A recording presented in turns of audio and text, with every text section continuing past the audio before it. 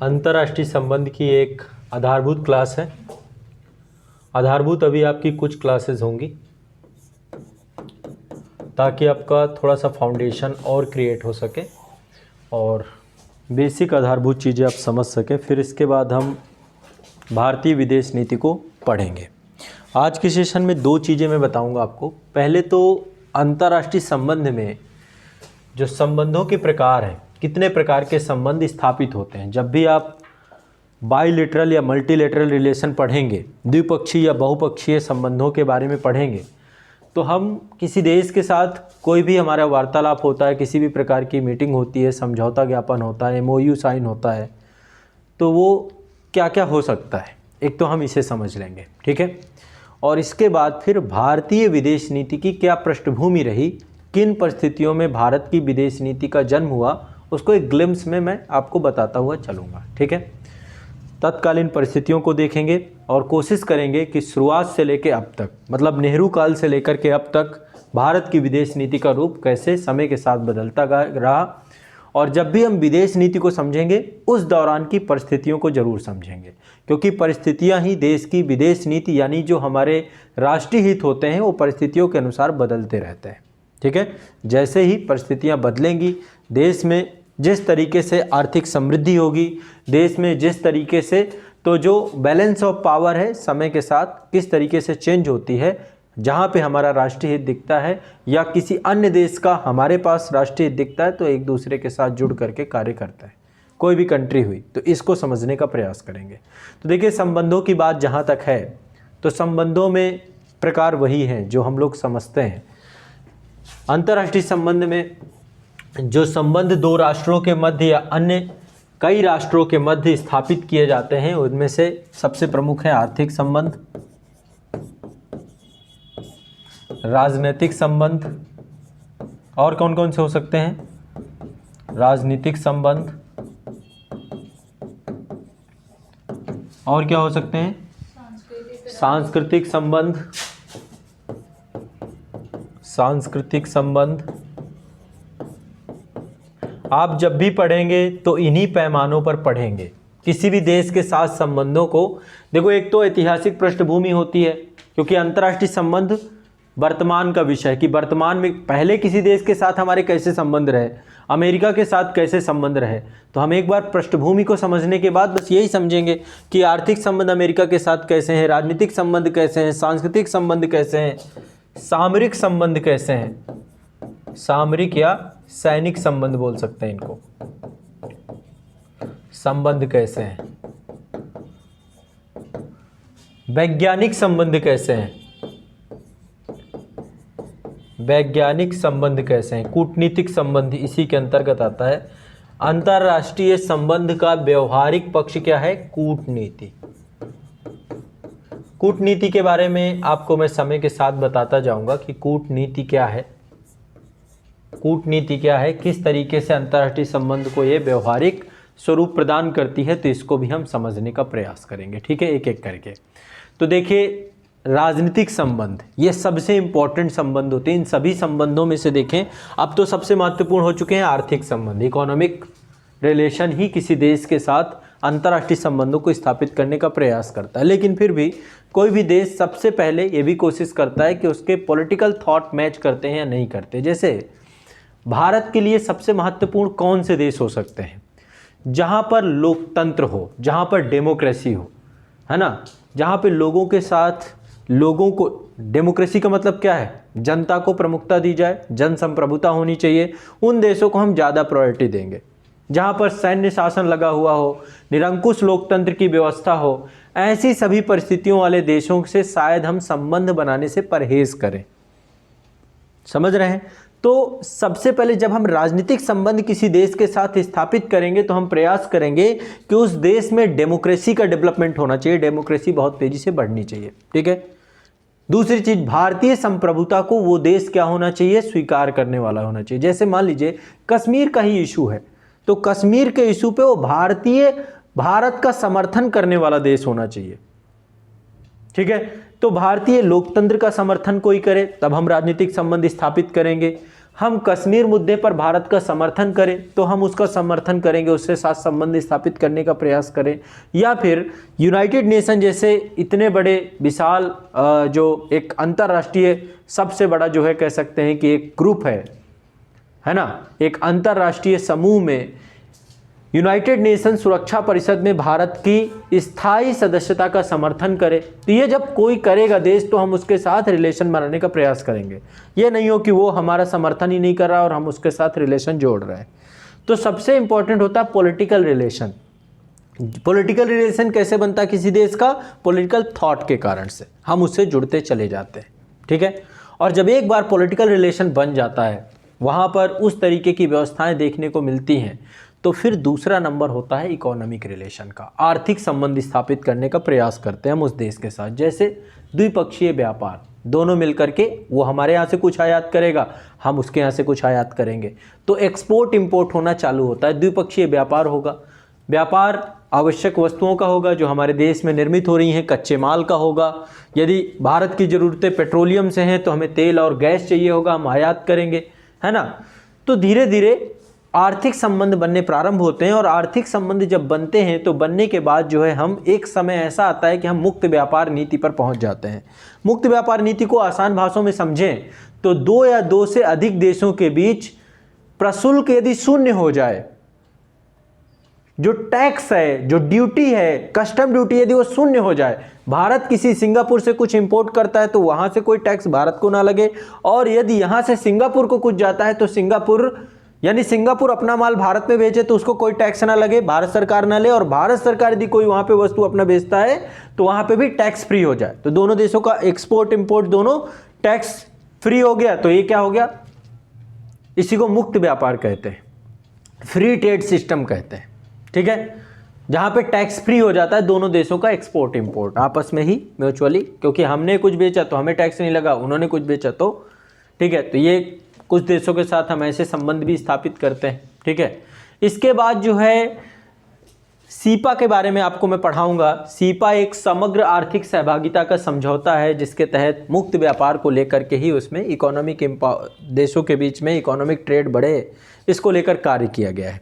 इसके अलावा 2 या 2 से अधिक देशों के बीच वस्तुओं और सेवाओं का व्यापार तो होता है, लेकिन व्यापार होने के साथ साथ कई बार जो है कम्प्रिहेंसिव इकोनॉमिक एग्रीमेंट साइन किए जाते हैं, जिसके तहत उस देश के साथ और अन्य देशों के साथ हम क्या करते हैं, कई देशों का ग्रुप मिल जाता है, जैसे जापान हो गया, कोरिया हो गया, इनके साथ हमने एक कम्प्रिहेंसिव इकोनॉमिक जो है यदि वहाँ से रिलेशन हम डेवलप करते हैं तो उसके साथ किस तरीके से आर्थिक संबंध हम स्थापित करेंगे।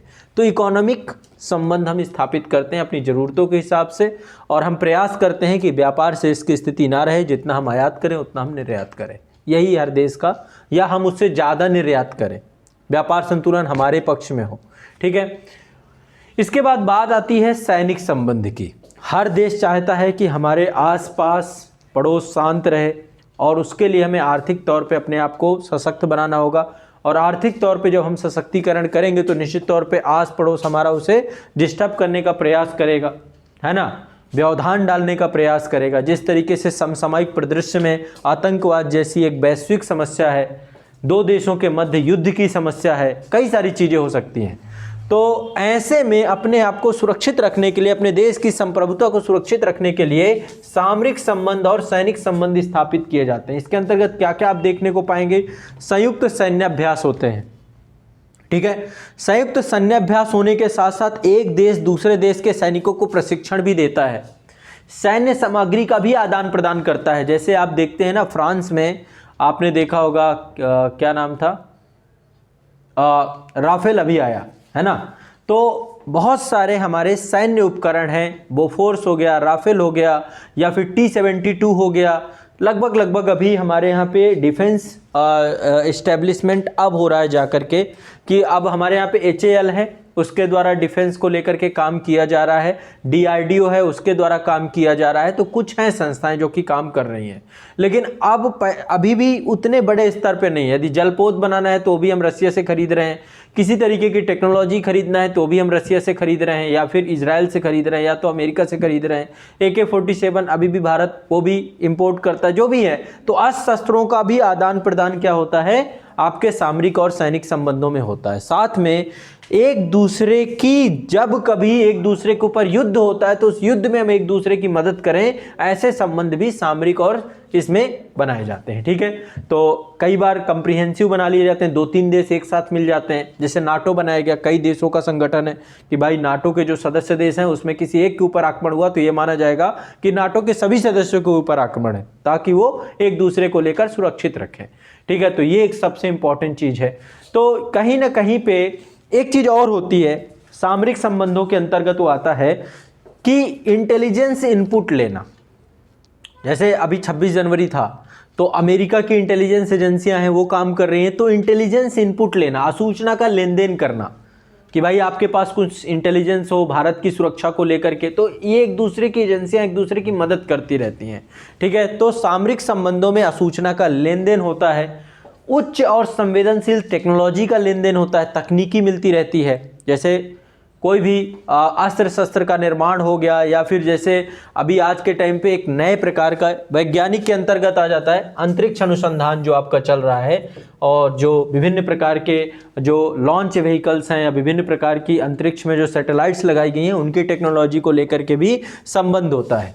आतंकवाद के विरुद्ध सहयोग, मान लीजिए भारत है किसी दूसरे देश में आतंकवाद, उसके खिलाफ वहां पर आतंकवाद की जड़ें हैं, वहां पे प्रशिक्षण कार्य चल रहे हैं, भारत के खिलाफ वहां पे एक रणनीति बनाई जा रही है, तो भारत क्या करेगा। जैसे भूटान में नक्सलियों को लेकर एक बड़ी समस्या रही है ना, तो भूटान में जो ये वाला क्षेत्र था आपका नॉर्थ ईस्ट का, यहाँ पे जो ऐसा ग्रुप था जो अराजकतावादी उग्रवादी संगठन था, तो भूटान सरकार से भारत सरकार ने बात किया और भूटान सरकार ने सहयोग किया। नक्सलियों की समस्या है नेपाल वाले क्षेत्र में, तो हम दूसरे देशों से एक बार मदद मांगते हैं। जाफना वाले क्षेत्र में तमिल ईलम की समस्या जो है वहां पर, तो ऐसे में एक देश दूसरे देश से मदद मांगता है। पाकिस्तान से हम लगातार आतंकवाद के विरुद्ध कार्रवाई करने को लेकर बोलते हैं कि आप अपने देश में भारत के विरुद्ध कोई भी ऐसी गतिविधि को वहां पर संचालित ना होने दीजिए, लेकिन कहीं ना कहीं पे पाकिस्तान का अपना एक स्टेट स्पॉन्सर्ड आतंकवाद और वहां पे एक छद्म युद्ध को लेकर के वो शुरू से ही काम करता रहा है। ठीक है, इसके बाद समुद्री सीमाएं हमारी साथ में लगी हुई हैं, उनको लेकर के आपसी सहयोग कैसे स्टैब्लिश्ड हो, तो ये सारे संबंध स्थापित होते हैं और यही कूटनीति का हिस्सा है। ठीक है, हार्ड डिप्लोमेसी भी हम प्रयोग करते हैं और कई बार हम सॉफ्ट डिप्लोमेसी भी प्रयोग करते हैं।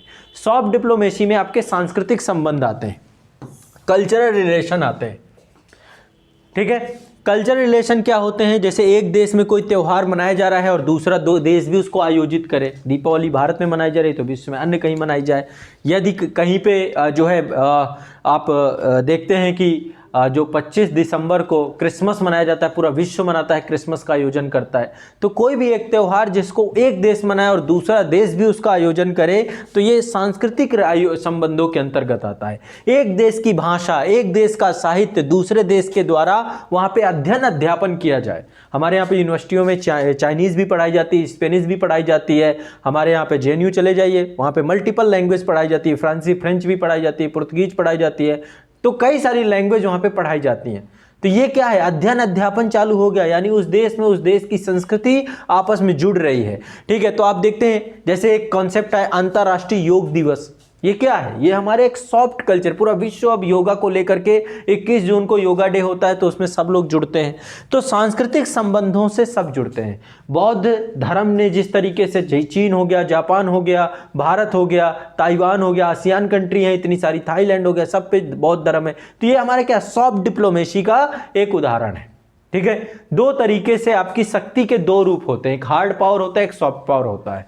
हार्ड पावर का मतलब यह है कि देश के पास जो सैनिक शक्ति है, जब किसी देश को किसी सैनिक शक्ति के अंतर्गत रखा जाता है और सैनिक शक्ति से उसको दबाया जाता है, तो हार्ड डिप्लोमेसी होती है। जैसे अमेरिका में देखिए आप, अमेरिका अपनी सेनाओं के ऊपर इतना खर्च करता है और अफगानिस्तान में अपनी सेनाओं को डिप्लॉय करता है, रसिया अपनी सेनाओं को डिप्लॉय करता है, तो ये क्या है, कहीं ना कहीं पे ये हार्ड डिप्लोमेसी है कि भाई मेरे पास सेना इतनी है, मेरे पास अस्त्र इतने हैं, मेरे पास इतनी ज़्यादा युद्ध सामग्री है ताकि मेरे से कोई। ऐसे ही सॉफ्ट डिप्लोमेसी में क्या है, गैर सैनिक शक्ति, वैचारिक सांस्कृतिक आदान प्रदान, अपने विचारों को, अपने कल्चर को उसके माध्यम से जोड़ना। प्रधानमंत्री जाते हैं ना, इराक गए, मेसोपोटामिया सभ्यता, सिंधु घाटी सभ्यता को आपस में जोड़ दिए कि अरे ये तो आज हमारे रिलेशन तोड़ो ना है, हम तो सदियों से रिलेशन करते आ रहे हैं, है ना। आसियान कंट्री गए, सदियों से उनको अपने साथ जोड़ दिया कि पहले व्यापारिक वाणिज्यिक संबंध प्राचीन काल से हमारे चले आ रहे हैं। ठीक है। तो सॉफ्ट पावर द्वारा अपने देश के हार्ड पावर को बढ़ाने का प्रयत्न भी किया जाता है कई बार, ठीक है। सॉफ्ट पावर तो कहने का मतलब हार्ड पावर और सॉफ्ट पावर दोनों चीजें लेकर के किसी देश को चलनी पड़ती हैं, और यही आपकी, इसी को बोलते हैं स्मार्ट पावर। स्मार्ट पावर के रूप में भी इसको व्यक्त किया जाता है जब आप अपनी हार्ड डिप्लोमेसी, जैसे भारत जो है स्मार्ट पावर का प्रयोग करता है, सॉफ्ट पावर भी लेता है, अपने कल्चर को भी साथ में इनबिल्ड करता है किसी देश के साथ, और कल्चर के साथ साथ उस देश को, अब जैसे अब्राहम लिंकन है, उसके विचारों को लेकर के भारत में जो थे, हमारा सॉफ्ट कल्चर है। महात्मा गांधी ने बहुत सारे देशों में, दक्षिण अफ्रीका में महात्मा गांधी की उपस्थिति रही, ठीक है। तो जब अफ्रीका से संबंध स्थापित करेंगे तो गांधी वहां पे प्रमुखता दे रखेंगे, तो ये हमारा सॉफ्ट कल्चर है, सॉफ्ट डिप्लोमेसी है। जर्मनी से करेंगे, सुभाष बाबू सामने आ जाएंगे। तो कई सारी चीजें होती हैं जो हमें लगातार इसमें देखनी होती है, ठीक है। तो आपके संबंध क्या हैं? ये संबंध होते हैं आर्थिक संबंध, राजनीतिक संबंध, सांस्कृतिक संबंध, सामरिक संबंध, वैज्ञानिक संबंध, यही आपको पढ़ना है। वैज्ञानिक संबंध में क्या होगा? किसी देश के साथ वहाँ की तकनीकी को, यदि वहाँ पे कोई नई, जैसे 5G आ गया, 6G आ गया, है ना, या मतलब अंतरिक्ष अनुसंधान को लेकर तकनीकियाँ आ गई, भाई मंगल का किसी दूसरे देश के रॉकेट्स हैं, भारत भी उनको ऊपर छोड़ रहा है, PSLV से चले गए, इतने देशों के रॉकेट हम भेज दिए, बहुत सारे देशों के जो है हमने उपग्रहों को स्थापित कर दिया, सैटेलाइट्स को स्थापित कर दिया। तो तकनीकी गत जो चेंज आता है, तकनीकी गत जो बदलाव आता है, ठीक है, वो आपका इसके अंतर्गत सम्मिलित होता है। आर्थिक, राजनीतिक, सांस्कृतिक सब इसी के अंतर्गत आता है। बताएं यदि कोई दिक्कत हो, इतनी बात थोड़ी बहुत समझ में आ रही है? हाँ, स्नेहा कुमार जी क्या हुआ, कुछ दिख नहीं रहा? चलिए एक बार मैं देख लेता हूँ क्या समस्या है। तो ये रही संबंधों को लेकर के बात, कि जो संबंध स्थापित होंगे वो कुछ इसी रूप में होंगे। हमें किसी भी देश के साथ पढ़ना है तो इन्हीं पहलुओं को देखना है। एक पक्ष भर और जुड़ेगा, ऐतिहासिक पृष्ठभूमि, हिस्टोरिकल बैकग्राउंड क्या था, ऐतिहासिक पृष्ठभूमि,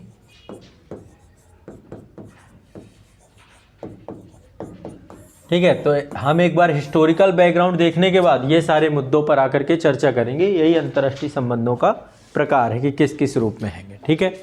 अब बात करते हैं भारतीय विदेश नीति की, कि भारतीय विदेश नीति किस रूप में अपना स्वरूप बदलती गई, समय के साथ साथ किस तरीके से भारतीय विदेश नीति कई चरणों में होकर के गुजरी। आज वर्तमान में हम देश की आज़ादी के 75 साल बाद बैठे हुए हैं, है ना। तो कैसे 1947 के बाद अब तक, मैं बहुत कम समय में समअप करूंगा। आज के सेशन में केवल यही चर्चा होगी कि इंडियन डिप्लोमेसी की स्थिति क्या थी, कैसे हमारे देश का जो विदेश नीति का स्वरूप तय हुआ, उसके पीछे के कारक क्या थे, ठीक है। तो आज जो है सेशन में मैं आपको भारतीय विदेश नीति समझाने का प्रयास करूंगा। भारतीय विदेश नीति, ठीक है। इसको हम एक एक चरण वाइज चरण देख सकते हैं। वैसे देखा जाए तो मुख्य तौर पे दो भागों में ही बांटा जा सकता है भारत की विदेश नीति को, ठीक है। पहला भाग क्या है? शीत युद्ध का काल, ठीक है। पहला इसको एक भाग में बांट लीजिए, शीत युद्ध का काल। लेकिन मैं आपको कुछ दूसरे डायमेंशन से पढ़ाऊंगा। शीत युद्ध का काल यानी 1945 से लेकर के 1991 तक, सोवियत संघ के विघटन तक, ये टाइम पीरियड कर सकते हैं। और दूसरा है शीत युद्धोत्तर का काल, शीत युद्ध के बाद का, शीत युद्धोत्तर काल, ये आपका 1991 से लेकर के अब तक है, चल रहा है,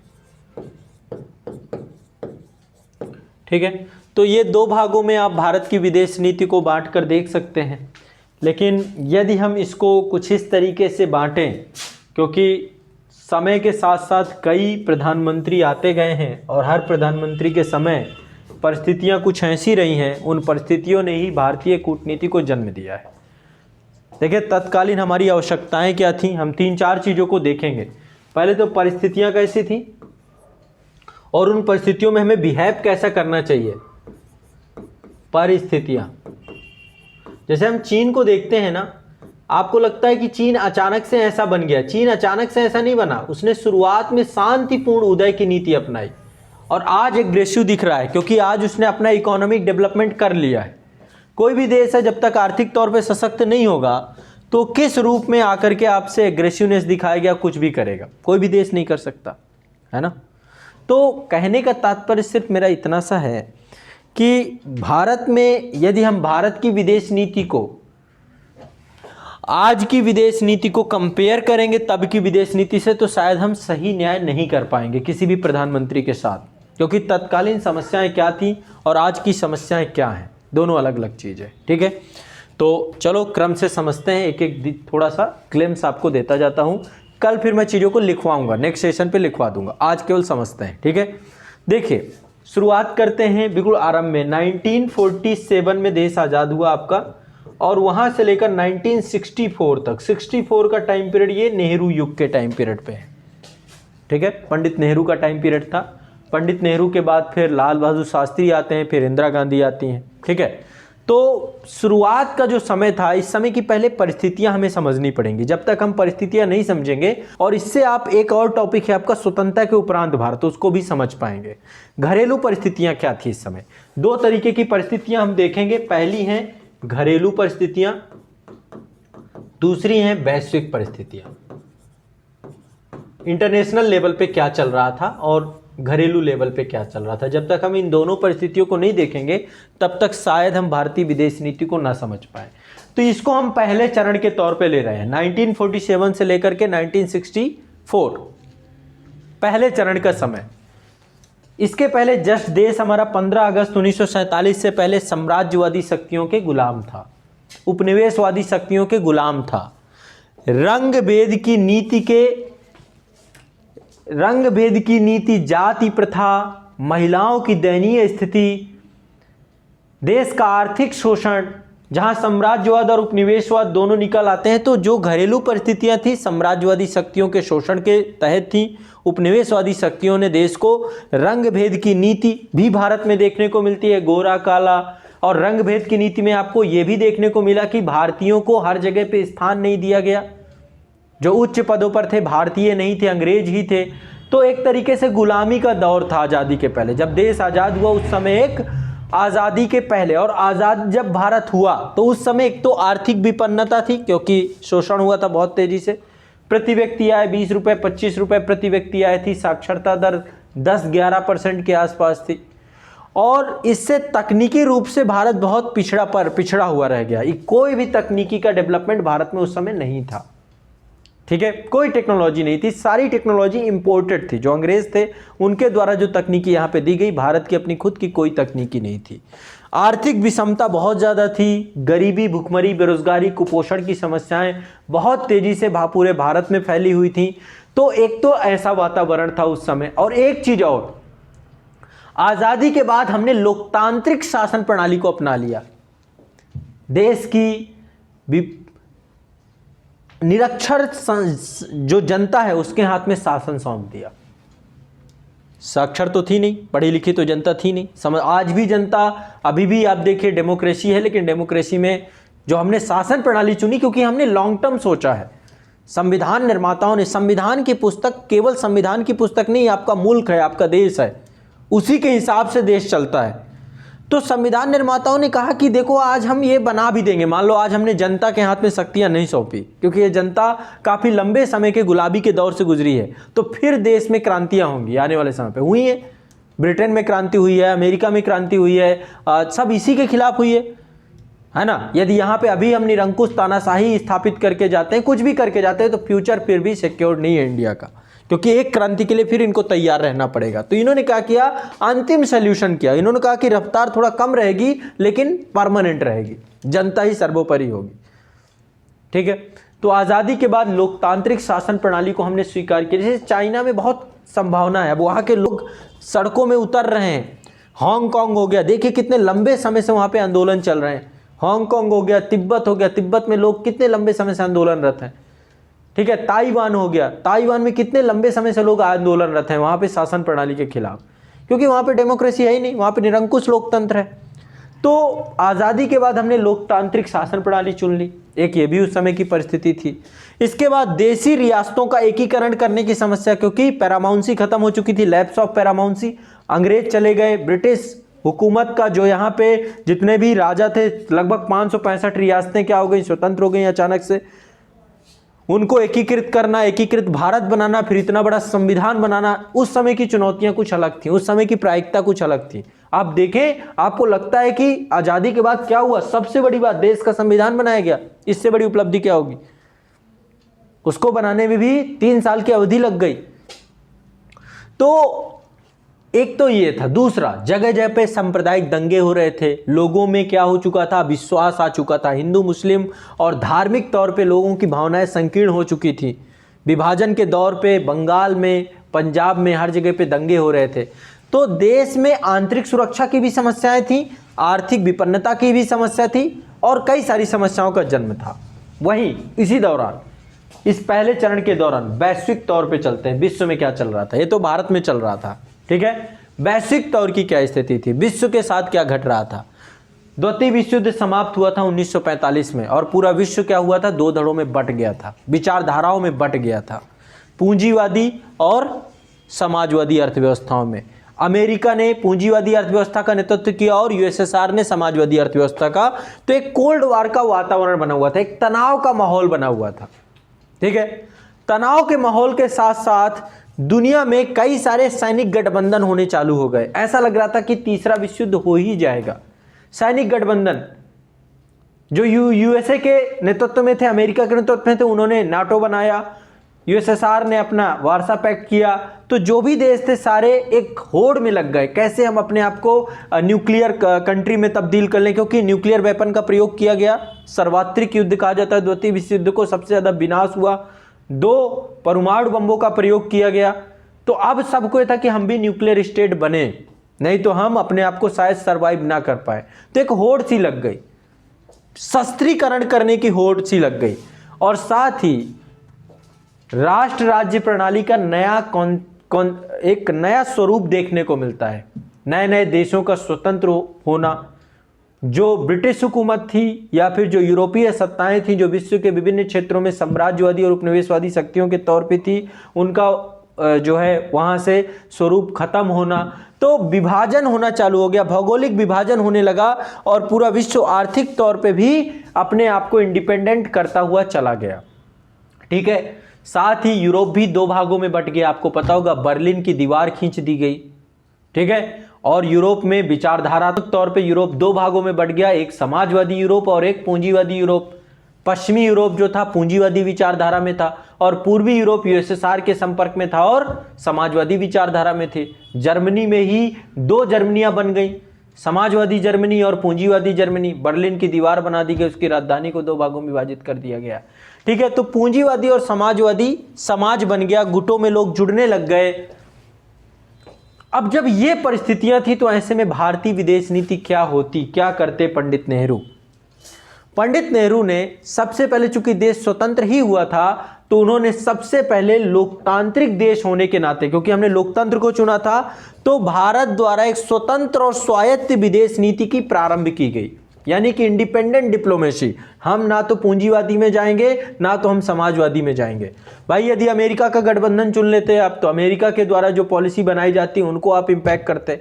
तो हमने कहा नहीं, हम किसी में नहीं जाएंगे, हमारी खुद की नीतियां होंगी, क्योंकि हमें डर था कि अभी तो औपनिवेशिक से शोषण से उपजे ही हैं और ये ऐसा वैश्विक परिदृश्य बनाए फिर किसी के चपेटे में ना जाए, इसलिए हम किसी से क्यों दुश्मनी पाले, हम किसी गुट में ही नहीं जाएंगे।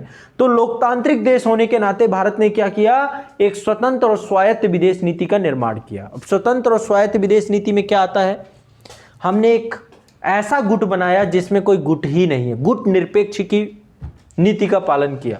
एक आदर्शवादी नीति जरूर इसे कहा जाता है, लेकिन तत्कालीन समय में बहुत जरूरी थी।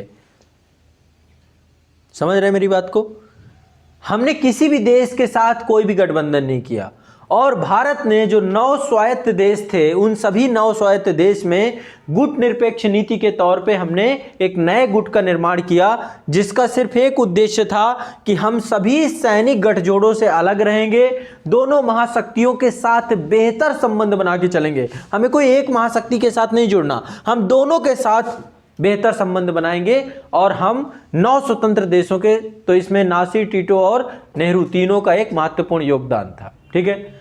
और गुट निरपेक्ष विदेश नीति के अलावा हमने जो है साम्राज्यवाद, उपनिवेशवाद, रंगभेद की नीति का विरोध करना भी प्रारंभ कर दिया, ठीक है। उसी समय एक संस्था भी बनी थी द्वितीय विश्व युद्ध के दौरान। कौन सी बनी थी? संयुक्त राष्ट्र संघ। अब संयुक्त राष्ट्र संघ के आदर्शों पर हमने चलना प्रारंभ किया। संयुक्त राष्ट्र संघ के द्वारा जो नीतियां बनाई गई, जो आदर्श बनाए गए, उन आदर्शों को भारत ने पालन करना शुरू किया। ठीक है, और संयुक्त राष्ट्र संघ के द्वारा क्या क्या आदर्श बनाए गए कि तीसरा विश्व युद्ध नहीं होगा तो निशस्त्रीकरण होगा, सांस्कृतिक तौर पे एक दूसरे के साथ जुड़ना है, हमें हस्तक्षेप की नीति का पालन करना है। ओवरऑल ये कहा जाए कि संयुक्त राष्ट्र संघ के आदर्शों में भारत ने पूर्ण आस्था दिखाई। तभी आपने देखा कश्मीर के मुद्दे को लेकर के नेहरू पहुंच गए संयुक्त राष्ट्र, उनको लगा कि शायद ये संस्था है और यहाँ पे बैठेंगे तुरंत चीज़ें निपट जाएंगी। तो हमने अपने द्विपक्षीय संबंधों को भी मल्टीलेटरल बॉडी को सौंप दिया, जहाँ पर कई सारे स्टेक होल्डर्स हैं। ठीक है, इसके साथ एशियाई और अफ्रीकी देशों के बीच में एकता स्थापित करने का प्रयास किया हमने। हमारा जो सबसे महत्वपूर्ण और सबसे बड़ा पड़ोसी चीन के साथ मित्रतापूर्ण संबंध बनाने स्थापित किए हमने, और इसके लिए हमने पंचशील सिद्धांतों को प्राथमिकता दी कि हम हस्तक्षेप की नीति का पालन करेंगे, शांतिपूर्ण सह अस्तित्व की नीति का पालन करेंगे। तो हमने पंचशील समझौते को उस समय चुना, वही हमें प्राथमिकता लगी, नेहरू को वही प्राथमिकता लगी। और इसके बाद भारत एक तीसरी दुनिया के तौर पे, तीसरी दुनिया का नेतृत्वकर्ता के तौर पे निकल के आया। तीसरी दुनिया मतलब 9 स्वतंत्र देश, विकसित अर्थव्यवस्थाएं जिसमें से विकसित नहीं, विकासशील अर्थव्यवस्थाएं या अल्प विकसित अर्थव्यवस्थाएं जिसमें एशिया और अफ्रीका के देश थे। इन सभी देशों के बीच भारत ने एकता स्थापित करने का प्रयास किया। तो उस समय नेहरू ने एक आदर्शवादी, नैतिकतावादी विदेश नीति को स्थापित करने का प्रयास किया, जिसमें सामाजिक आर्थिक विकास पर बल दिया गया, हथियारों पर कोई पैसा खर्च नहीं किया गया, सार्वजनिक उद्यमों की स्थापना की गई। तो हमने मतलब अपने देश का शस्त्रीकरण नहीं किया। इसी का परिणाम निकलता है कि हम 1962 में पराजित होते हैं, 1965 में फिर भारत जो है पाकिस्तान को पराजित करता है। तो शुरुआत में हमने क्या किया, पूरी तरीके से नैतिकतावादी आदर्शवादी नीति को चुना। फिर लेकिन हुआ क्या, 62 में कुट गए, और जब 62 की कुटाई हुई उसके बाद फिर हमने प्रयास किया कि कुछ तो गड़बड़ है ना। ये होता है, जैसे आप अभी जैसे आप लोग हैं, आप लोग को लगता है कि आपने दुनिया बहुत देख ली, आपने कुछ नहीं देखा। जब आप दुनिया समाज को देखेंगे तो आप पाएंगे कि जैसे अभी आप लोग तरक्की करोगे, आने वाले समय में कुछ ना कुछ अपने जीवन में बड़ा करोगे, तो आपको लगेगा लोग खुश होंगे। कोई नहीं खुश होता है। ऐसे ही कोई देश तरक्की कर रहा होता तो दूसरा देश क्यों खुश होगा। तरक्की, लोग सिर्फ खुश कौन होंगे, मेरे ख्याल से मुश्किल से आपके जीवन में 1 आदमी 2 आदमी हो सकते हैं जो खुश हों। आपकी माँ खुश हो सकती है, कई बार तो कई एग्जाम्पल ऐसे भी मिलते हैं कि वहाँ पर भी यदि 4 बच्चे हुए तो 1 बच्चा 2 बच्चे को ही प्राथमिकता देंगे माँ बाप भी। ठीक है, आपकी माँ खुश हो सकती है, हो सकता है आपका जीवन साथी आपके साथ खुश रहे, लेकिन बाकी दुनिया जो है आपको मुश्किल है कि आपको जीने नहीं देगा, उसको ये लगेगा कैसे इसको दुखी करें, है ना। तो ऐसे ही विदेश नीति के अंतर्गत होता है। 1962 में कुछ ऐसी परिस्थितियाँ बनी कि चीन ने आक्रमण कर दिया, और यहाँ से हमारी विदेश नीति का एक दूसरा चरण चालू होता है। ठीक है, 1962 में चीन के द्वारा हमला किया गया। इसके बाद 1964 में चीन ने परमाणु परीक्षण कर लिया। ठीक है, हमें लगा कि यार एक बार तो ये हमला कर चुका है, दूसरी बार ये परमाणु शक्ति देश भी बन चुका है, इसको यूनाइटेड नेशन में स्थायी सदस्यता भी मिल चुकी है। तो 1971 में अमेरिका और चीन के बीच मित्रता भी हो गई। आपको शायद चीन वाले मैटर को थोड़ा सा मैं आपको ग्लिम्स देता हूँ। जब यूनाइटेड नेशन सिक्योरिटी काउंसिल का सदस्यता की बात आई तो सबसे पहले ऑफर मिला भारत को कि भारत को सुरक्षा परिषद का सदस्य देश चुन लिया जाए। लेकिन उस समय देश की आर्थिक हालत तो बड़ी खस्ता थी, और यूनाइटेड नेशन की सदस्यता का मतलब था, स्थायी सदस्यता का मतलब था कि वहाँ खर्चे थे, पैसा लगना था वहाँ पे। तो भारत ने उसको इग्नोर किया। चाइना बोला चाइना को दे दो। चाइना के साथ दिक्कत थी कि 1949 में चाइना में साम्यवादी क्रांति हुई थी। ठीक है, और उसके परिणाम स्वरूप चीन जो है, एक तो ताइवान वाला हिस्सा वो कहता था मैं असली चीन हूँ, और ये चीन वाला हिस्सा जो मुख्य भूमि थी ये कहते थे हम चाइना है। तो इसको लेकर लंबा विवाद बना रहा, और 1971 में जब अमेरिका के साथ अच्छे संबंध हुए चीन के, तब जाके चीन को स्थायी सदस्यता मिली। ठीक है, नहीं तो यदि उस समय हिम्मत जुटा लेते भारतीय नेता, चाहे वो नेहरू हों, अब यही गलतियां होती, यही दूरदर्शिता का अभाव है। उनको लगा हमें क्या ज़रूरत है, अब हमसे कौन लड़ेगा, हमें क्या ज़रूरत है, आज हम पागलों की तरह घूम रहे हैं, कोई तो सुरक्षा परिषद का सदस्य बना दो। कौन बना रहा है? वही चीन जिसको आपने दिया है वही रोक लगाए बैठा हुआ है, वही आपके बगल में आपका दुश्मन बना बैठा है। तो कहने का मतलब ये है कि 1971 में अमेरिका और चीन के बीच मित्रता स्थापित हो गई, और ये हमें देखने को भी मिला कि जब पाकिस्तान ने 1971 में युद्ध किया तो उस युद्ध में अमेरिका आके खड़ा हो गया, 7वां बेड़ा लेकर के अपना परमाणु सामग्री लेकर के आ गया। भारत को परमाणु युद्ध की धमकी भी दी कि मैं तुम्हारा इस पूरे मानचित्र से नक्शा ही मिटा दूंगा। ठीक है, तो तभी इंदिरा गांधी उस दौरान तत्कालीन जो प्रधानमंत्री थी इंदिरा गांधी, उससे पहले आपको पता है लाल बहादुर शास्त्री जी की आकस्मिक मृत्यु हो गई उज्बेकिस्तान ताशकंद समझौते के दौरान।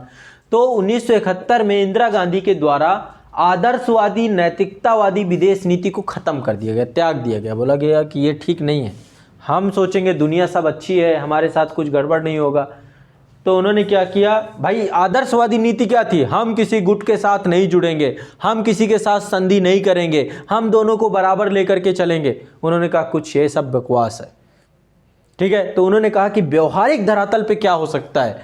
तो सबसे पहले उन्होंने राष्ट्रीय सुरक्षा को सर्वोपरि समझा कि हम राष्ट्रीय सुरक्षा को अपने सबसे महत्वपूर्ण स्थान देंगे, और इसके लिए उन्होंने सेनाओं के आकार को बढ़ाना चालू किया और शस्त्रीकरण पर बल देना चालू किया।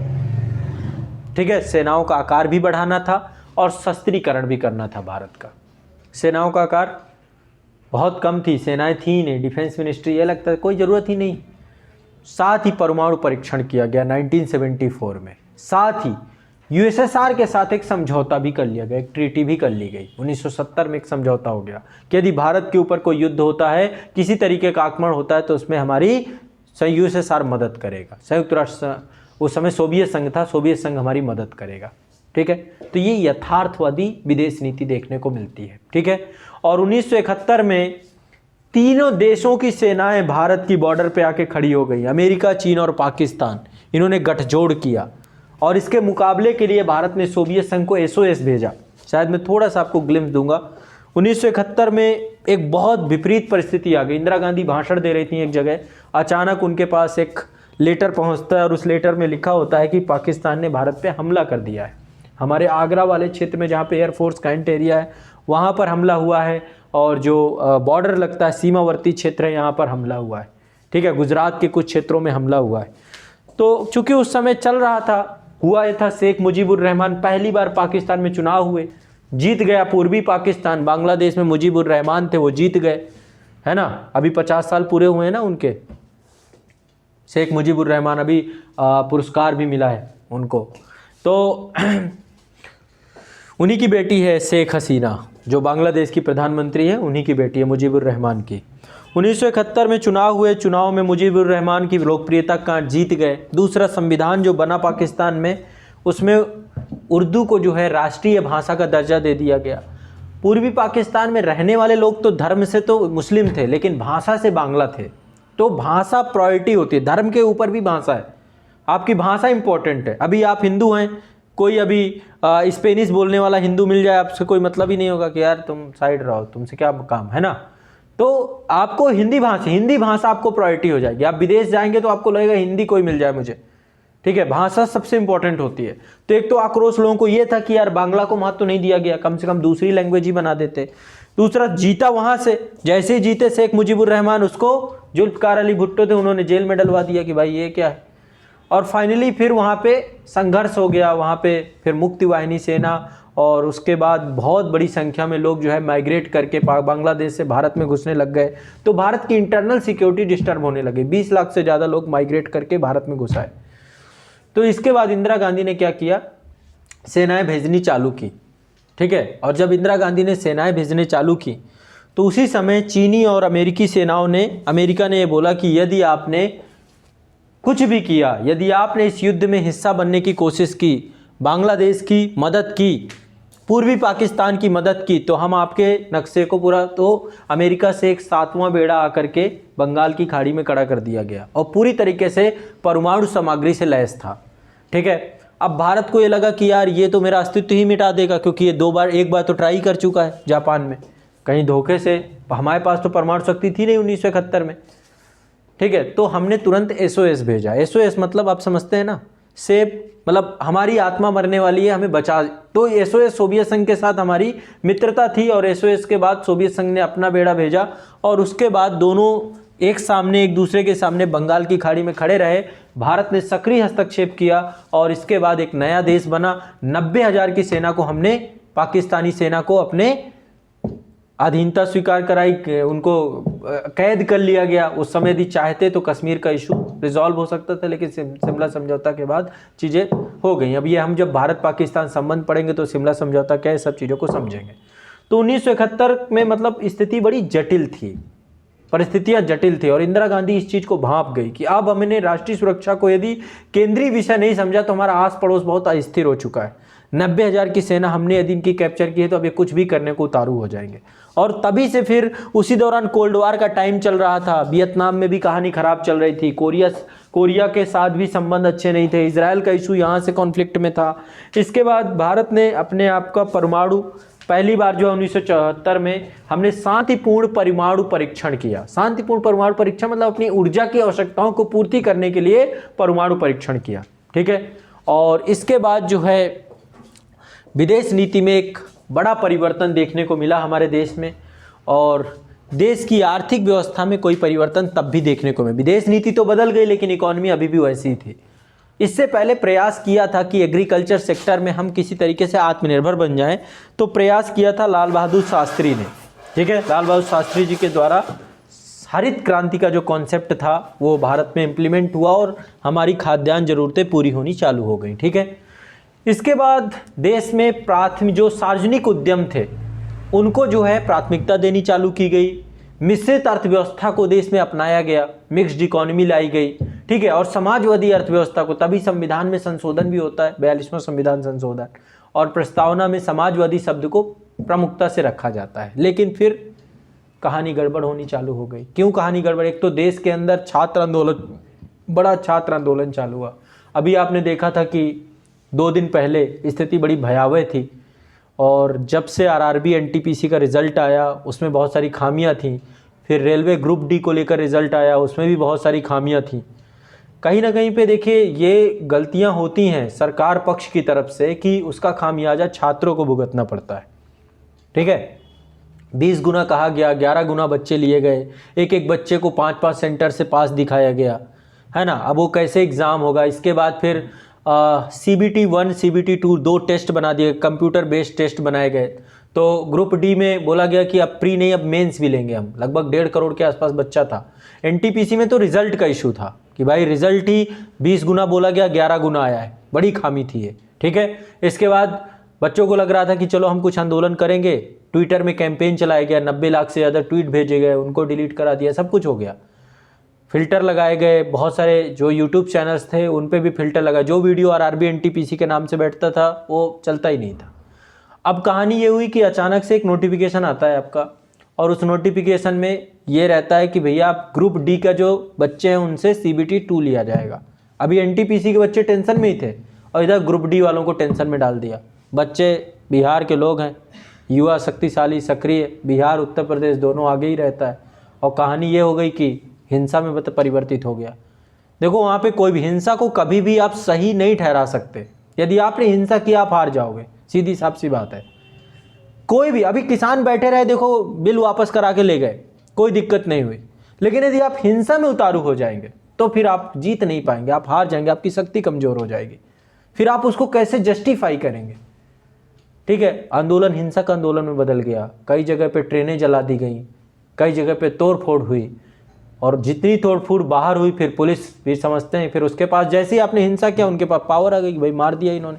बच्चों को समझिए इस तरीके से खींच खींच के हॉस्टल से प्रयागराज में, और वही स्थिति पटना में रही, हर जगह रही, लोगों को हुआ बहुत। मेरे पास कितने वीडियो मैसेज आए हैं बच्चों के, ठीक है, जब पुलिस जो है, और कितने सामने वीडियोज़ हैं। ये 2 दिन 3 दिन से चला है। कल जाके स्थिति गणतंत्र दिवस में बहुत सारे शिक्षक सामने आके उन्होंने बोला कि भाई कोई हिंसा ना, कल भी हिंसा हुई है, 26 जनवरी के दिन भी गया में दिक्कत हुई, कई जगह प्रॉब्लम हुई। अब जाके अभी कई लोगों के खिलाफ FIR भी हुई है, इसमें शिक्षक भी सम्मिलित हैं, छात्र भी सम्मिलित हैं। लेकिन ये सारी चीज़ें गलती किसकी है? गलती सिर्फ और सिर्फ एक ईगो की है। यानी गलती भी आप करिए, और गलती करने के बाद जब आप ईगो में बैठ जाते हैं, आपको लगता है कि यार नहीं हमने जो कर दिया, हमने जो नोटिफिकेशन निकाल दिया, सब कुछ सही है ना। तो सोचिए फिर इसका अंजाम किसको भुगतना पड़ता है? जिन बच्चों को, जिन परिवारों के बच्चे होंगे, जो भी होंगे जिनके खिलाफ। तो ये सब चीज़ें कहीं ना कहीं पे होती हैं परिस्थितियां। यही चीज़ 1976 में भी देखने को मिली, एक बड़ा छात्र आंदोलन देखने को मिला, एक असंतोष देखने को मिला, फिर सरकार की दमनकारी नीति। देखो राज्य बहुत बड़ा है, राज्य बहुत बड़ा है, राज्य के पास बहुत शक्तियां हैं, लेकिन राज्य है किससे मिलके बना है? राज्य मिलके किससे बना है? ये जो जितने भी ऊपर स्तर पे जितने भी नेता, मंत्री, विधायक या जो भी संसदीय प्रणाली है, किसके लिए बनाई गई? जनता के लिए बनाई गई है। जनता का मतलब जनता में सब आते हैं, चाहे छात्र हो चाहे वो कोई भी हो। यही छात्र कल के दिन प्रशासनिक सेवाओं में जाएंगे, लेकिन यही हो जाता है कि जब एक बार कोई पहुंच गया फिर वो उसके आंख बंद हो जाती है कि यार हमें नहीं देखना, जो भी होना है। कल रेलवे मिनिस्टर आए थे, उन्होंने प्रेस कॉन्फ्रेंस की। यदि यही कॉन्फ्रेंस एक दिन पहले हो जाती तो कितने बच्चे जो है जिनके साथ हुआ है गलत, कितने लोगों के हाथ फ्रैक्चर हो गए, कितने लोगों के सर फूट गए, कितने लोगों को मतलब जख्मी, कितने बच्चों की स्थिति खराब हो गई, दुनिया भर की जो है संपत्ति का नुकसान हो गया। कभी भी हिंसा का कोई भी आपके पास जस्टिफिकेशन नहीं होता है, इसलिए कभी हिंसा करनी ही नहीं चाहिए, चाहे जिस तरफ से भी हो। राज्य भी जस्टिफाई नहीं कर सकता कि भाई आपने बच्चों पे लाठीचार्ज करा दिया तो जस्टिफाई कर सकते हो, नहीं कर सकते। लेकिन उनके पास ऑप्शन ये हो गया कि भाई पहली हिंसा बच्चों के द्वारा की गई, तो बस ठीक है ना। तो कहीं ना कहीं पे कल की स्थिति भयावह थी। तो 1980 के दशक में आप देखेंगे तो स्थिति थोड़ा सा इंटरनल सिक्योरिटी की बहुत ज़्यादा बुरी हो गई देश में। कैसे? एक तो भूमि सुधार कानून लाए गए थे, संपत्ति का अधिकार पहले से ही एक बड़ा टेंशन बना हुआ था। फिर भूमि सुधार कानून लाए गए, वो भी असफल हो गए। नक्सलवादी गतिविधियां पूरे देश में उभरने लग गई, जगह जगह पे आंदोलन होने लग गए, पूरे देश में छात्र आंदोलन चालू हो गए, और उसमें फिर जेपी के नेतृत्व में छात्र आंदोलन हुआ, देश में इमरजेंसी लगाई गई। फिर इसके बाद सत्ता परिवर्तन हो गया, 1977 में सरकार चेंज हो गई, तो देश की आंतरिक सुरक्षा बहुत तेज़ी से बिगड़ने लग गई। चाहे वो नागालैंड वाले क्षेत्र में पहले से बिगड़ी थी, तमिल वाले क्षेत्र में स्थिति खराब होने लगी, देश भर में नक्सली गतिविधियां उत्पन्न होने लग गई। तो कहने का मतलब है कि जो धन का असमान वितरण था उस कारण से, और राजनीतिक तो और इसके साथ ही जितने भी सार्वजनिक उद्यम थे उनकी विकास दर भी बहुत कम हो गई। विकास दर कम हो गई, अर्थव्यवस्था का विकास दर बड़ा निराशाजनक रहा। इससे जनता में भी बहुत निराशाजनक माहौल बन गया। ठीक है, इसके बाद कहानी और ख़राब हुई। 1989 में चुनाव हुए, उसके पहले आपने पता होगा ऑपरेशन ब्लू स्टार हुआ, भारत में एक बड़ा दंगा हुआ, है ना। एक धार्मिक जो है सांप्रदायिक रंग ले लिया। जब इंदिरा गांधी की हत्या हुई तो पूरे देश में सिख दंगे हो गए, और उसके बाद 1985 में राजीव गांधी की सरकार बनी। फिर राजीव गांधी की सरकार के बाद 1989 में फिर चुनाव हुए, वो फोर्स घोटाला और दुनिया भर की चीज़ें, और लोकसभा चुनाव में फिर किसी भी दल को स्पष्ट बहुमत नहीं मिला। ठीक है, और स्पष्ट बहुमत नहीं मिलने के कारण से देश में एक राजनीतिक अस्तित्व की स्थिति बन गई। और इसी दौरान देश की अर्थव्यवस्था लगातार धीरे धीरे जितने भी सार्वजनिक उपक्रम है सारे घाटे में जा रहे थे, और देश की अर्थव्यवस्था 1991 में एक तो खाड़ी युद्ध छिड़ गया, गल्फ वार छिड़ गया यहाँ पे, जिसके कारण से देश में पेट्रोलियम का आयात निर्यात ये रुक गया अंतर्राष्ट्रीय स्तर पे। इसी दौरान 1991 में सोवियत संघ का विघटन हो गया, समाजवादी अर्थव्यवस्था ही खत्म हो गई। ठीक है, इसके साथ ही इसी दौरान 1980 में सिंगापुर, दक्षिण कोरिया, ताइवान, इनकी आर्थिक विकास दर जो है ये भी काफ़ी तेज़ी से जो है गिरनी चालू हुई। तो इन सब का इम्पैक्ट भारत के साथ होना चालू हुआ। भारत भी, हमारे यहाँ बैलेंस ऑफ पेमेंट की समस्या हो गई 1991 में, देश भुगतान संतुलन की समस्या से गुजरने लगा। तो इसके बाद फिर क्या हुआ, भारत ने, अब भारत की देखो ये परिस्थितियाँ थीं, अब इन परिस्थितियों में भारत ने कैसे इम्पैक्ट किया। 1990 के दशक के बाद भारत ने कुछ अपनी अर्थव्यवस्था, अपनी विदेश नीति को पूरी तरीके से बदल दिया। पहले तो भारतीय अर्थव्यवस्था को पूरी तरीके से खोल दिया पूरे विश्व के लिए। क्यों? अंतर्राष्ट्रीय तौर पे IMF के द्वारा ये दबाव डाला गया। पूरा देश पहली बार उदारीकरण, निजीकरण, वैश्वीकरण की नीतियों का अनुपालन किया जाना प्रारंभ हो गया। ठीक है, विदेश नीति की विचारधारा के बजाय अर्थव्यवस्था में, व्यापार में निवेश करना प्रारंभ कर दिया गया। अब विदेश नीति को थोड़ा सा हमने साइडलाइन करके अपने इकोनॉमिक, क्योंकि अब हमें ये लगा कि देखो जब तक हम आर्थिक तौर पे सशक्त नहीं होंगे तो शायद फिर हम अपने देश का कुछ भी विकास ना कर पाएँ, ना तो हम रोजगार सृजन कर पाएँ, ना तो हम किसी देश के साथ अपने संबंध बना पाएँ। तो विदेश नीति की विचारधारा को हमने प्रायोरिटी दी इन्वेस्टमेंट में। कोई भी देश आए और आकर के भारत में निवेश करे। हमने उदारीकरण के तहत प्रक्रियाओं को आसान बना दिया, वैश्वीकरण के तहत पूरी अर्थव्यवस्था को पूरे विश्व के लिए खोल दिया, और निजीकरण के तहत हमने प्राइवेट सेक्टर जो हमारा था उसके लिए जो इंस्पेक्टर कोटा राज था, लाइसेंसिंग प्रणाली थी, सिंगल विंडो क्लियरेंस जैसी व्यवस्थाओं के तहत हमने देश की अर्थव्यवस्था को नया रूप देना प्रारंभ किया। इस समय डॉक्टर मनमोहन सिंह और नरसिम्हा राव की सरकार थी। इसके साथ ही हमने अफ्रीका के देशों के साथ, लैटिन अमेरिका देशों के साथ व्यापार और निवेश को बढ़ावा देना चालू किया। तो अब हमने अपना जो एक तरीके से पॉलिटिकल थॉट है उसको साइडलाइन करके व्यापार को बल देना चालू किया। तो इसलिए विदेश नीति की विचारधारा का महत्व खत्म हो गया कि भाई हमारे कोई विचारधारा से मैच कर रहा है कि नहीं कर रहा। हमारा दुश्मन चीन से 1962 से 1990 तक हमारे संबंध ही खराब थे। हमने कहा इससे संबंध फिर से रिस्टोर करो, और हमने फिर से संबंधों को रिस्टोर किया। नरसिम्हा राव सरकार के दौरान अटल बिहारी वाजपेयी उस समय हमारे जो है विदेश मंत्री थे। तो कहने का मतलब फिर से चीन के साथ संबंध स्थापित किए गए। इसके बाद आर्थिक गतिविधियों को प्राथमिक बनाने के लिए इसी समय ईस्ट एक्ट पॉलिसी लाई गई, पूर्व की ओर देखो की नीति लाई गई। ठीक है, आसियान कंट्री जितने छोटे छोटे 10 देश थे, सभी देशों के साथ व्यापारिक संबंध स्थापित किए गए। अमेरिका के साथ भी हमारे संबंध अच्छे नहीं थे, तो हमने क्या किया, सब चीज़ों को साइडलाइन रख के अमेरिका के साथ आर्थिक और सामरिक संबंधों को सुदृढ़ बनाने पर बल प्रदान किया।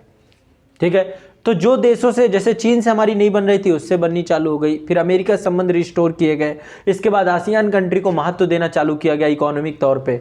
तो 1990 के दशक में हमारी जो विदेश नीति है वो सक्रिय यथार्थवाद में आ गई। सक्रिय यथार्थवाद का मतलब ये होता है कि अब भारत अपनी जरूरतों को ही प्राथमिकता देगा। पहले नैतिकतावादी, फिर यथार्थवादी, फिर सक्रिय यथार्थवादी पूरी भारत की। और सक्रिय यथार्थवादी पहले देखिए, आपको शायद मजे की बात हो, हमारा पड़ोसी कौन था बगल में? म्यांमार। म्यांमार में आज भी सैन्य शासन है। 1990 तक तो हमने म्यांमार के साथ कोई संबंध ही नहीं बनाए। क्यों? क्योंकि सैनिक शासक था। हमारी विचारधारा तो लोकतांत्रिक थी। तो हमने क्या किया, बोला कि अब ये सब चीजें साइड में रखो। सक्रिय यथार्थवाद के तहत हमने जुंटा शासन या सैन्य शासन को भी प्राथमिकता देते हुए म्यांमार के साथ भी संबंध बना लिए 1990 के दशक में। ठीक है, तो अब कौन सी नीति आई? सक्रिय यथार्थवाद की नीति, जिसके तहत हमें अपने देश के राष्ट्रीय हित ही हमने सर्वोपरि रख दिया। इसके साथ ही 1992 में पहली बार इजराइल से हमने संबंध बनाए। ठीक है, इजराइल के साथ भी हमारे संबंध नहीं थे, उसके अलग है। जब पढ़ेंगे इजराइल के साथ संबंध तो उसका हम पूरा प्रोस्पेक्टिव समझेंगे। इसके बाद 1998 में विदेश नीति के ऐतिहासिक निर्णय लेते हुए हमने क्या किया, एक और परमाणु विस्फोट कर दिया कि भाई अभी परमाणु परीक्षण। उस समय क्या था, भारत ने 2 महत्वपूर्ण संधियां थी। एक तो आपकी एनपीटी थी, उसमें भी हमने साइन नहीं किया था परमाणु का प्रसार संधि में। दूसरा सीटीबीटी भी थी, उस पर भी हमने संधि साइन नहीं किया। तो इन दोनों संधियों पर, और इसके बाद हमने जो है 1998 में जो ऐतिहासिक निर्णय लिया, परमाणु विस्फोट किया, ये एक तरीके से शांतिपूर्ण परमाणु विस्फोट नहीं था। एक तरीके समझ लीजिए, ये देश को एक तरीके से नाभिकीय शक्ति बनाने की ओर एक प्रयास था। और जब ये हुआ तो पूरे विश्व से भारत के लिए सैंक्शन लगने लग गए।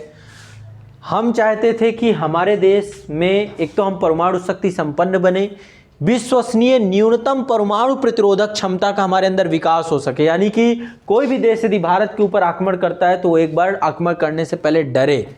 और हमने इसी समय अपनी परमाणु नीति भी घोषित की। हमने बताया कि हम पहले प्रथम प्रयोग नहीं करेंगे, हम उस देश के ऊपर परमाणु शक्ति का प्रयोग नहीं करेंगे जो देश परमाणु शक्ति संपन्न नहीं होगा, और हम जनसंख्या बहुल आबादी पर कभी भी परमाणु शक्ति का प्रयोग नहीं करेंगे। ठीक है, तो परमाणु शक्ति का भी। और इसके बाद फिर भारत पिछले कई दशकों से लगातार कहता रहा था आतंकवाद है, आतंकवाद है, आतंकवाद है। कोई समझ ही नहीं रहा था आतंकवाद है। बाद में 1999 में कारगिल की स्थिति बनी। कारगिल में भी पाकिस्तान ने क्या किया, कारगिल वाले क्षेत्र में जो चेक पोस्ट थे, देखो ठंडियों के टाइम पीरियड पे वहाँ पे इतना ज़्यादा तापमान कम हो जाता है कि चेक पोस्ट छोड़ करके भारतीय सेना पीछे आ जाती है। लेकिन क्या हुआ, इसी समय का अवसर उठाते हुए वहाँ पे पाकिस्तानी सेना ने उस पूरे क्षेत्र को कैप्चर आउट कर लिया, भारतीय चेक पोस्टों को कैप्चर कर लिया। फिर 1999 में कारगिल विजय हुई, और इसी दौरान जो है एक बड़ी घटना घटती है अंतर्राष्ट्रीय स्तर पे, 9/11 की घटना। अमेरिका के ऊपर एक आतंकवादी हमला हो जाता है। अमेरिका को पहली बार समझ में आता है कि आतंकवाद है, और उसके बाद फिर आतंकवाद जो है एक विदेश नीति का केंद्रीय विषय बन जाता है अंतर्राष्ट्रीय स्तर पे, जिसमें भारत उसकी प्रमुख भूमिका निभाता है। भारत जो है कहीं ना कहीं पे उसको प्रायोरिटी में रखता है। ठीक है, समझ रहे हैं बात को। अब देखो, गुटनिरपेक्ष नीति हमने कब अपनाई थी? जब दो शक्तियां थीं। 1991 के बाद दो शक्तियां नहीं, एक शक्ति ही बची, एक ध्रुवीय विश्व का विकास हुआ। तो गुटनिरपेक्ष नीति आज भी है, ऐसा नहीं कि गुटनिरपेक्ष नीति आज भी नहीं, आज भी गुटनिरपेक्षता को लेकर के समय समय पर अधिवेशन होते रहते हैं। आज लेकिन विषय बदल गए हैं। पहले तो यह था कि दो शक्तियों के साथ हमें अपने आप को नहीं जोड़ना है, इनकी प्रतिस्पर्धा में, इस प्रतिस्पर्धा का हिस्सा नहीं बनता। लेकिन वर्तमान में तो बहुत सारी समस्याएं हैं ना। क्या क्या समस्या है? सबसे पहली बात, समतामूलक शांतिपूर्ण विश्व का निर्माण करना है हमें। दूसरा, निशस्त्रीकरण की ओर जाना है। आतंकवाद जैसी समस्या से पूरे विश्व को बचाना है। पर्यावरण की समस्याएं हैं। तीसरा, एक ध्रुवीय विश्व में बहुध्रुवीयता का जन्म देना है। गुटनिरपेक्ष देश एक डेवलप्ड इकोनॉमी है, तो इनको बहुध्रुवीयता के साथ जोड़ना है। गरीबी, कुपोषण, भुखमरी, बेरोजगारी जैसी समस्याओं का निदान करना है। स्वास्थ्य जैसी समस्याओं का निदान करना है। तो इन सब चीज़ों को लेकर के आज भी गुटनिरपेक्ष आंदोलन जिंदा है। ठीक है, इसके बाद अभी गुटनिरपेक्ष में अलग से आपको पूरा का पूरा पढ़ाऊंगा कि गुटनिरपेक्ष किस तरीके से चला। ठीक है, अब बात करते हैं कि वर्तमान समय में जो हमारी सबसे महत्वपूर्ण विदेश नीति है वो किस तरीके से चल रही है, यानी प्रधानमंत्री नरेंद्र मोदी जी के द्वारा किस तरीके से विदेश नीति को लेकर के चला गया है और इस विदेश नीति का क्या महत्वपूर्ण विषय रहा है। देखिए, 2005 में भारत ना तो NSG का सदस्य था। NSG एक ग्रुप है जो न्यूक्लियर सप्लायर ग्रुप के तौर पे है, इसको हम बाद में समझेंगे।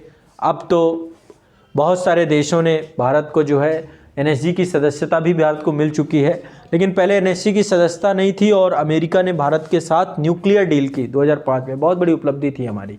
ठीक है, क्योंकि अमेरिका को भारत चाहिए था। क्यों चाहिए था? 2001 में उसके ऊपर हुआ आतंकवादी हमला, वहाँ से उसकी डिप्लोमेसी टोटली चेंज हो जाती है। अफगानिस्तान में अपनी सेना ला के खड़ा कर देता है। ठीक है, पाकिस्तान को भी उसी तंग नज़रिए से देखना चालू कर देता है वो। ठीक है, पाकिस्तान को भी बहुत फंडिंग देता रहा वो, अब तक देता रहा। बाद में तालिबान, वो पाकिस्तान में ही बैठा था वो व्यक्ति जिसने वहाँ पर अलकायदा ग्रुप से था ना, है ना। तो मोदी सरकार जो 2014 में एक बड़ा चेंज आया। देखिए, जब इससे पहले कि UPA 1 और UPA 2 थी, उनका कॉन्सेप्ट था कि हमें रसिया के साथ अच्छे से अपने आप को बना के चलना है, अमेरिका से भी जोड़ के चलना है ताकि एक बैलेंस्ड बन सके। लेकिन समसामयिक विश्व में यदि अभी देखेंगे तो इंटरनेशनल लेवल पे अब जो है रसिया की स्थिति काफ़ी कमज़ोर हुई है, लेकिन रसिया भी एक ध्रुव के तौर पे अभी भी है। ठीक है, डेवलप्ड कंट्री है, सारी चीज़ें हैं। रसिया का यूक्रेन के साथ एक अलग विवाद चल रहा है। अभी हाल फिलहाल में फिर से मामला गहमाया है, वो क्रीमिया को लेकर मामला है, उसको लेकर हम डिस्कस करेंगे जब चर्चा करेंगे। तो मोदी सरकार ने सबसे ज़्यादा प्रायोरिटी दी कि हमें देश को सर्वोपरि ले जाना है, तो जितनी भी बड़ी बड़ी वर्ल्ड पावर है और इंटरनेशनल पर जितने भी देश हैं, इन सभी देशों के साथ अपने संबंध हमें बनाने पड़ेंगे। ऐसा ना रहे कि किसी के साथ हमारे संबंध बहुत पीछे रह जाए।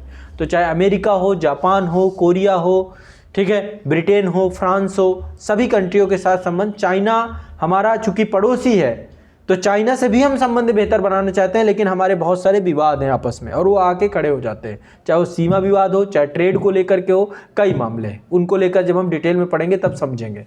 तो देश की विदेश नीति में राष्ट्रीय हित चूंकि सर्वोपरि होते हैं, तो सरकार बदलने से राष्ट्रीय हित भी बदल जाते हैं। ऐसा होता है क्या? सरकार बदलेगी, राष्ट्रीय हित बदल जाएंगे क्या? कभी भी राष्ट्रीय हितों में परिवर्तन नहीं होता। राष्ट्रीय हित तो वही है ना कि हमारे देश की संप्रभुता, अखंडता, हमारे ही पक्ष में सारी चीजें रहें। तो सरकार तो बदल जाती है। ठीक है, अब जैसे 1984 में लोकसभा चुनाव हुए थे, जब इंदिरा गांधी की खत्म हुई थी उसके बाद, और आपने देखा कि लगभग 400 सीटें, 400 से ज़्यादा सीटें राजीव गांधी को मिली। एक ही दल सत्ता में आई, और एक ही दल सत्ता में आने के बाद जो है, जब भी राजीव गांधी, तो उस समय राजीव गांधी ने भी बहुत सारे कार्य किए, ऐसा नहीं, उन्होंने भी विदेश नीति में नए आयाम लेकर के आए। कुछ वही स्थिति 2004 में भी देखने को, 2014 में भी देखने को मिली। गठबंधन राजनीति का दौर जो है वो समाप्त हुआ, और गठबंधन राजनीति का दौर समाप्त होने के बाद एक दल की सरकार बनी। एक दल की सरकार बनने के बाद प्रधानमंत्री नरेंद्र मोदी जैसा एक व्यक्तित्व मिला और इसके बाद जो है विदेश नीति कुछ नए आयामों को जोड़ते हुए चली गई, जो वर्तमान में हमें देखने को मिलती है। सबसे पहली चीज, क्या क्या चीजें हमने यहां पर ली? सबसे पहले हमने एक फास्ट ट्रैक विदेश नीति बनाई। फास्ट ट्रैक मतलब सभी देशों को हमें जल्दी से जल्दी सभी देशों के साथ जुड़ाव बनाना है, ताकि एक तो दो चीजें हो, एक तो फॉरेन इन्वेस्टमेंट आए भारत में, और फॉरेन इन्वेस्टमेंट के साथ जो इंडियन डायस्पोरा है, भारतीय बिखराव है, वहां से रेमिटेंस आ सके। देशों के साथ यदि हम संबंध बनाएंगे तो इकोनॉमिक संबंध हमारे डेवलप होंगे, भारत की चीजें ज्यादा से ज्यादा हम ट्रेड कर पाएंगे, बैलेंस ऑफ पेमेंट और जो व्यापार से इसकी समस्याएं उनसे निपट पाएंगे।